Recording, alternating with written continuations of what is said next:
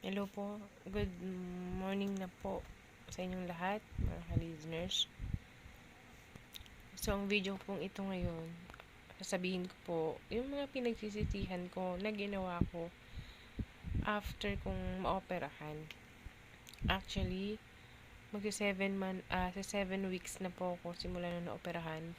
Hanggang ngayon, meron pa rin akong maliit na sugat.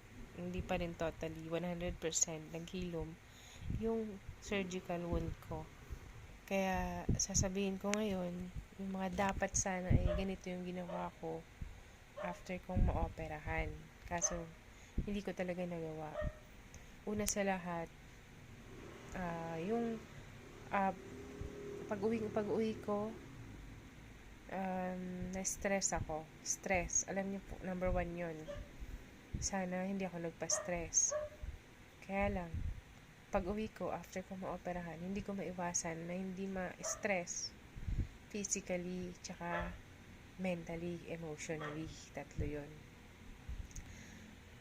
Physically, syempre, nag-a-adjust ako dito sa bahay. Ang dami pang kailangang gawin. Masakit yung paa ko, sobra. Tapos, kailangan ko tumayo, maglakad, mag-CR. Wala pa akong mataas sa arenola nun. Sobrang nahirapan ako. And then, kinabukasan, bumoto ako, nag-wheelchair kami, naalog-alog tong pa ako. Kaya yun yung dahilan kaya bumitaw yung tahi ko, pumuka. Isa yun sa dahilan kung bakit napatagal yung paghilom na sugat ko. Physically. Samantalang yung mentally, emotionally, syempre, dami kong bakit, lagi akong umiiyak, ang dami kong kailangan na hindi na ipoprovide. Tapos, yung family member mo na siyang ina-expect mo na aalalay sa'yo, yung asawa mo, hindi pa talaga nakakapag-adjust, hindi alam ang gagawin.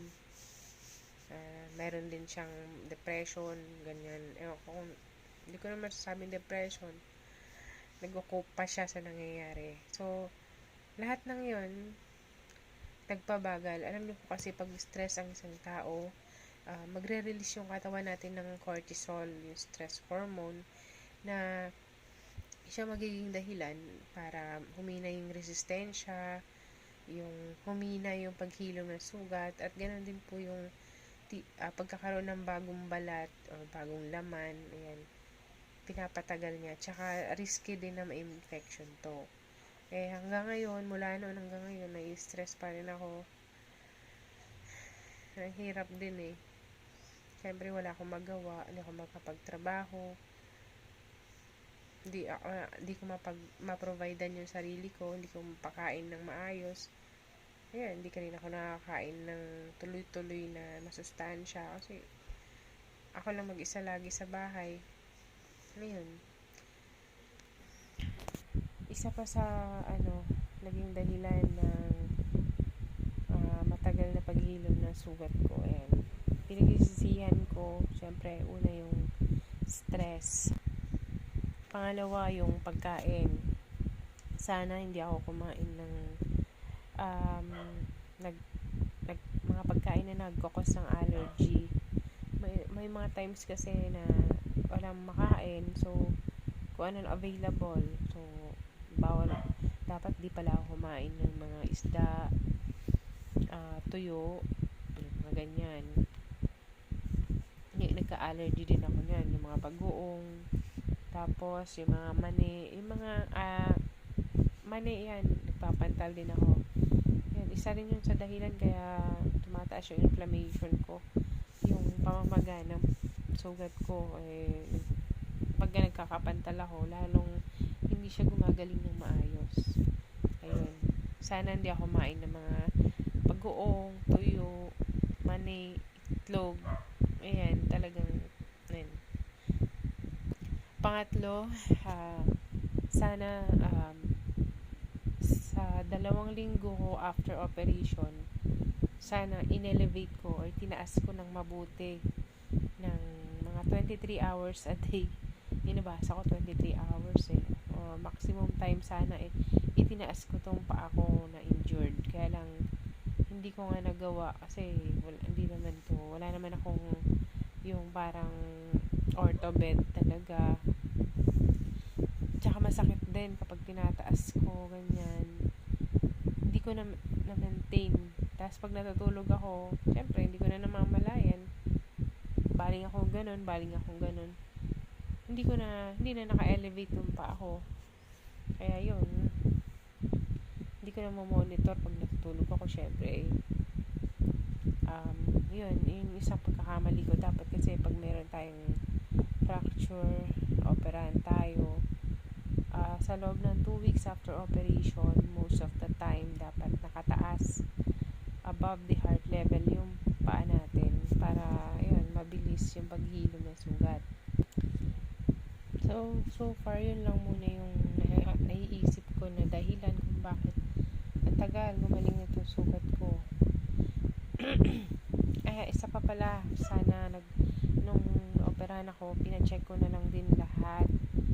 Bukod sa blood test, dapat pinacheck ko na rin yung blood sugar ko, yung overall, kasi baka mamaya pre-diabetic pala ako, ganun.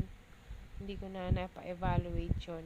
Kaya baka kasi isa ring dahilan yun, yung mataas yung sugar kung bakit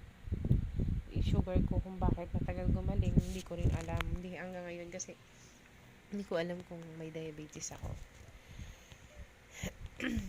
So yun lang siguro muna po yung sana may napulot po kayong aral sa video ito, if ever na kayo man na-encounter nyo rin yung pagkakaroon ng bali sa paa, fracture, hindi nyo na magawa yung nagawa ko, or hindi na maulit sa inyo yung mga pagkakamali ko.